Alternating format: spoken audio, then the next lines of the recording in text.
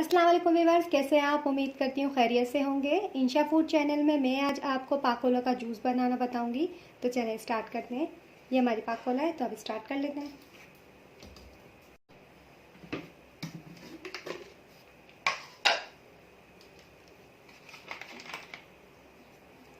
ये 125 ग्राम हम इसमें पाकोला डाल देंगे।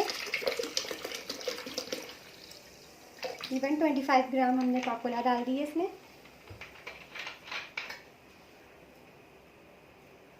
125 ग्राम हमारा दूध है, वो भी इसमें ऐड कर देंगे।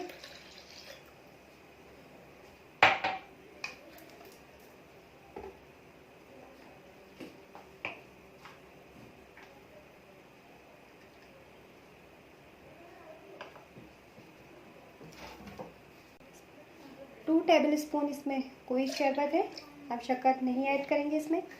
ये कुइस है वो ऐड कर दिया है। इसमें बर्फ ऐड कर देंगे।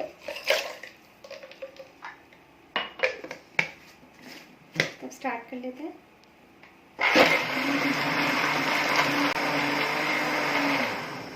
तो ये देखें, हमारा पाकोला ड्रिंक बिल्कुल रेडी है। अब इसे डिश आउट कर लेते हैं।